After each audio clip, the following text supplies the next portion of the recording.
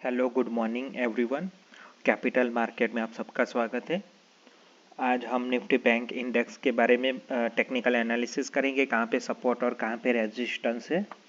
फिर हम लोग सोचेंगे इसमें पोजीशन हम प्लानिंग करेंगे, कैसे पोजीशन को कर सकते हैं। ठीक है, तो चलिए चलते हैं 15 मिनट के टाइम फ्रेम पे। तो कल एक अच्छा खासा गैप डाउन हुआ था मार्केट, तो यहीं पे कहीं पे एक सपोर्ट है मेरे हिसाब से।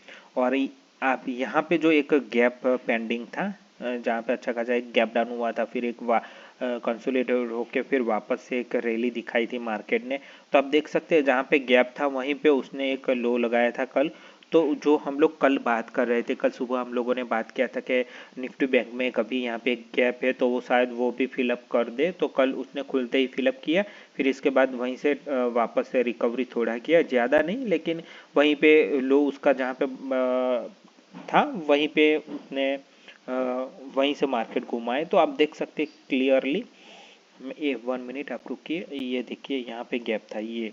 ठीक है, तो वहीं से ही मार्केट वो गैप को पूरा फिलअप हो चुका है। हम लोग सोच रहे थे कि निफ्टी बैंक में एक अच्छा खासा पॉजिटिव स्ट्रक्चर दिखाई दे रहा था 2 दिन पहले।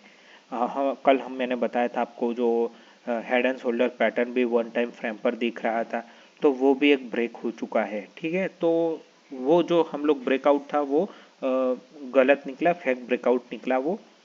अभी आगे की मैं बात करूं तो मेरे हिसाब से अभी जो मार्केट में दिख रहा है, मेरे हिसाब से अगर किसी को बाई करना है निफ्टी बैंक में, तो या तो फिर छोटा सा स्टॉप लॉस लगाइए। यहाँ पे अगर थोड़ा डाउन में मिलता है 21,400 के आसपास मिलता है तो 200 का 300 या 250, 51,300 से 51,250 का एक आज की बात कर रहा हूँ, वो छोटा सा स्टॉप लॉस लगा के आप जा सकते हैं। अगर हम लोगों को एक बाउंस मिलता है तो हम लोग वहाँ पे पॉइंट ग्रैब कर सकते हैं।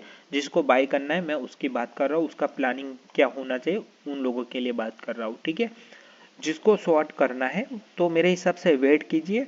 वो 52,200 के आसपास मिलता है तो हम लोग जा सकते हैं, लेकिन उस केस में हमारे स्टॉप लॉस होगा 52,400 से 500 तक होना चाहिए।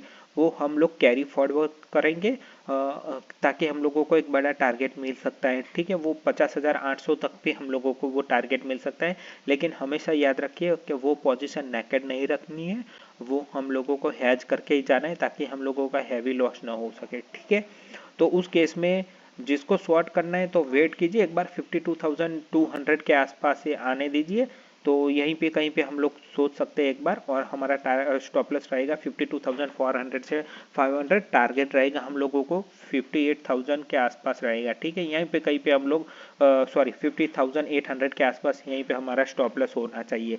और जिसको न्यूट्रल पोजीशन रखनी है तो मेरे हिसाब से न्यूट्रल पोजीशन में कोई जो न्यूट्रल पोजीशन बनाता है तो ऊपर उसके अपसाइड होनी चाहिए 53,000, यहाँ पे आपकी अपसाइड होनी चाहिए, और डाउन साइड कम से कम 49,800 तक की आपकी डाउन साइड होनी चाहिए। तो आपके लिए बेस्ट सिनेरियो रहेगा कि न्यूट्रल पोजीशन आपको ऐसे बनानी है कि आपकी जो अप साइड है वो 53,000 होनी चाहिए और डाउन साइड 49,800 के आसपास आपको रखनी है। और जिसको शॉर्ट करना है तो उसको एक बार वेट कीजिए। इसी लेवल पे शॉर्ट करना थोड़ा मुश्किल हो जाएगा, क्योंकि अगर मार्केट यहीं पे कहीं पे वापस से रिवर्स करता है तो फिर हम लोगों का स्टॉप लॉस काफ़ी लंबा हो जाएगा और उसमें हम लोग फंस भी सकते हैं। तो हमेशा याद रखें, प्लान जो भी करना है वो कम स्टॉप लॉस रखना है, ज़्यादा स्टॉप लॉस नहीं रखना है हमें। तो मेरे हिसाब से ये एक बेस्ट सिनारियो है शॉर्ट करने के लिए। यहीं पे कहीं पे शॉर्ट कर सकते हैं 52,000 के आसपास, और उस केस में 52,400 और 500 हमारा स्टॉप लॉस होना चाहिए। इसी लेवल पे मैं शॉर्ट करने के लिए मना कर रहा हूँ, कभी भी एक बाउंस हम लोगों को मिल सकता है तो उस बाउंस में हम लोग ट्रैप हो सकते हैं। इसीलिए बोल रहे हैं कि अवॉइड कीजिए, इस लेवल को अवॉइड कीजिए। और बाय करना है तो ठीक है, थोड़ा अगर आज मिलता है तो 51,300 के आसपास, या 350 के आसपास मिलता है तो 51,250 का एक स्टॉप लॉस लगा के 52,000 के लिए जा सकते हैं। उसको कैरी नहीं करना है, सिर्फ इंट्राडे के लिए ही है। तो आज का मोटा मोटा एनालिसिस यही है कि आपको वेट करना है शॉर्ट करने के लिए। इसी लेवल पे हम लोगों को शॉर्ट नहीं करना है, और जो हम लोग शॉर्ट करेंगे वो कैरी करना है, लेकिन वो विथ हैज करना है, विथआउट हैज नहीं करना है वो पोजीशन, क्योंकि अभी ये मंथली एक्सपायरी भी हमारे सामने है। अगर मैं इस ट्रेड लाइन की बात करूँ तो 1 सेकंड,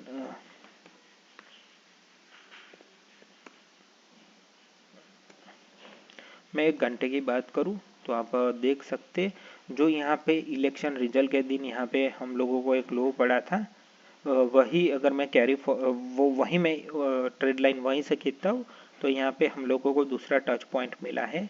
तो शायद हम लोगों को यहीं कहीं पे तीसरा टच पॉइंट मिल सकता है इसी सपोर्ट के आसपास।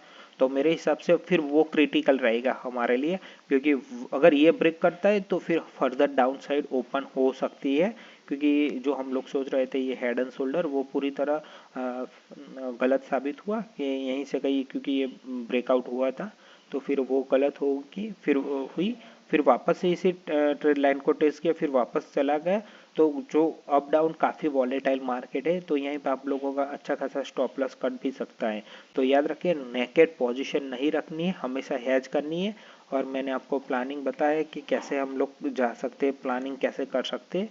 तो मेरे हिसाब से वो बेस्ट सिनारियो रहेगा। अभी डिप में बाई करने की कोई ज़रूरत नहीं है, वेट कीजिए, सेल ऑन राइज होगा, लेकिन सेल ऑन राइज में भी हमेशा याद रखना है, क्योंकि ऐसा मार्केट होता है। देखिए यहीं से ऊपर चला, फिर वापस से इतने पॉइंट नीचे आए, फिर वापस से अप साइड गया, तो काफ़ी वॉलेटाइल हो रहा है मार्केट। तो हमेशा स्टॉप लॉस रखना है, चाहे कोई भी आप डायरेक्शन पकड़ो, आपको स्टॉप लॉस रखना है। और न्यूट्रल पोजीशन के लिए तो मैंने आपको रेंज बताया है।